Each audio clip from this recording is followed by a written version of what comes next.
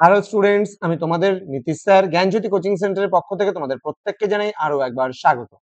তো আজকে আমি তোমাদের সঙ্গে আলোচনা করব টিকা লেখো, সাংস্কৃতিক বিলম্বন বা পশ্চাৎবর্তিতা। এটা কিন্তু মাইনর সোশিওলজির একটা অতি গুরুত্বপূর্ণ প্রশ্ন। তোমাদের এই বছর যে সাজেশন দেওয়া হয়েছে সেই সাজেশনে কিন্তু এই প্রশ্নটা আছে এবং তোমাদের এই প্রশ্নটা পড়তে হবে 3 মার্কসের জন্য। তো ক্লাসটি শুরু করার পূর্বে তোমাদের বলবো, যারা এখনো চ্যানেলটিকে সাবস্ক্রাইব করনি তারা অবশ্যই চ্যানেলটিকে সাবস্ক্রাইব করে পাশে থাকা বেল আইকন অল প্রেস করে দাও, যাতে নেক্সট টাইম থেকে কোনো ভিডিও আপলোড করলে তার নোটিফিকেশন তুমি পেতে পারো। এছাড়া অনলাইনে তোমরা যদি আমাদের ক্লাস যুক্ত করতে চাও তাহলে অবশ্যই যোগাযোগ করতে পারো আমাদের অফিসিয়াল নাম্বার 7076398606 নাম্বারে। চলো শুরু করছি আজকের ক্লাসটি। সাংস্কৃতিক বিলম্বন বা পশ্চাৎবর্তিতা। সমাজতাত্ত্বিক আকবর্ন তার সোশ্যাল চেঞ্জ শীর্ষক গ্রন্থে সর্বপ্রথম কিন্তু এই ধারণাটি প্রদান করেছিলেন। ল্যাগ কথাটির অর্থ হচ্ছে পিছিয়ে পড়া বা ধীর গতিতে চলা।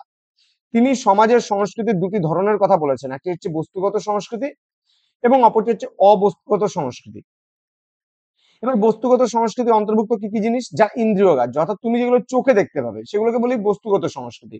যেমন ঘর বাড়ি হতে পারে, আসবাবপত্র হতে পারে, স্থাপত্য হতে পারে, যন্ত্রপাতি হতে পারে, এগুলো চোখে দেখা যায়, যার জন্য এগুলোকে বলা হয় বস্তুগত সংস্কৃতি। অন্যদিকে অবস্তুগত সংস্কৃতি বলতে যেগুলো চোখে দেখা যায় না, যেমন সাহিত্য, সঙ্গীত, শিল্পকলা, বিশ্বাস, ধ্যান ধারণা, এগুলো কিন্তু চোখে দেখা যায় না। অর্থাৎ মানসিক অনুভূতিতে ধরা দেয় এমন বিষয়গুলিকে আমরা কি বলছি? আমরা বলছি অবস্তুগত সংস্কৃতি। এবার আকবর্ন এর মতে সংস্কৃতি সর্বদা পরিবর্তনশীল। সংস্কৃতি কিন্তু কখনোই এক জায়গাতে থাকে না, সংস্কৃতি অনবরত পরিবর্তন হয়। সেই সঙ্গে সংস্কৃতির বিভিন্ন উপাদানগুলিও পরিবর্তনশীল। সমাজের সংস্কৃতির উপাদানগুলির পরিবর্তনের মধ্যে দিয়ে সামাজিক পরিবর্তন সম্ভবপর হয়।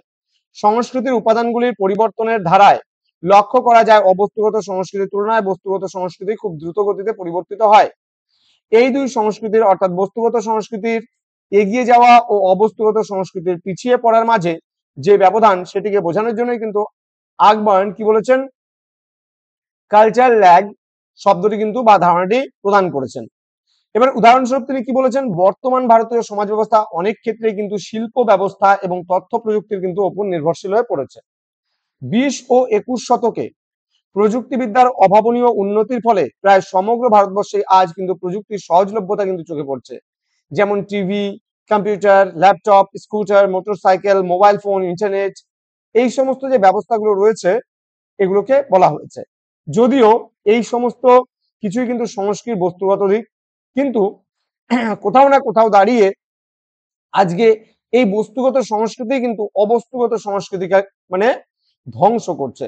মানব সমাজে এই বস্তুগত সংস্কৃতির ব্যাপক পরিবর্তন সাধিত হলেও কিন্তু সংস্কৃতির অবস্তুগত দিক অর্থাৎ সঙ্গীত, সাহিত্য, রীতিনীতি, শিল্পকলা, এগুলো কিন্তু কোনো রূপ পরিবর্তন কিন্তু সেভাবে হয় না বা লক্ষ্য করা যায় না। তো যার জন্য এটাকে আমরা সংস্কৃতি বিলম্বন বলে কিন্তু জানছি। তো স্টুডেন্টস, আমাদের অফিসিয়াল নাম্বার যেটা রয়েছে 6295916282 এবং 7076398606 নাম্বার, তোমরা সরাসরি আমাদের সঙ্গে যোগাযোগ করতে পারো। যদি থার্ড সেমিস্টারে আমাদের কাছে অ্যাডমিশন নিতে চাও তাহলে অবশ্যই যোগাযোগ করবে আমাদের অফিসিয়াল নাম্বারে।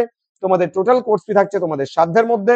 পরবর্তী সেমিস্টারে একটা সারপ্রাইজিং কোর্স ফি থাকছে তোমাদের, কিন্তু মেজরের হয়ে যাচ্ছে 3টা পেপার। আগে ছিল মেজরের একটা পেপার, এখন কিন্তু হয়ে যাচ্ছে মেজরের 3টে পেপার। তো সুতরাং সময় নষ্ট না করে আমাদের সঙ্গে যোগাযোগ করো খুব সত্বর। তো স্টুডেন্টস, দেখা হচ্ছে তোমাদের সঙ্গে পরবর্তী ক্লাস নিয়ে। তোমরা প্রত্যেকে ভালো থেকো, সুস্থ থেকো। Thank you so much. Thanks for watching. After all, thank you.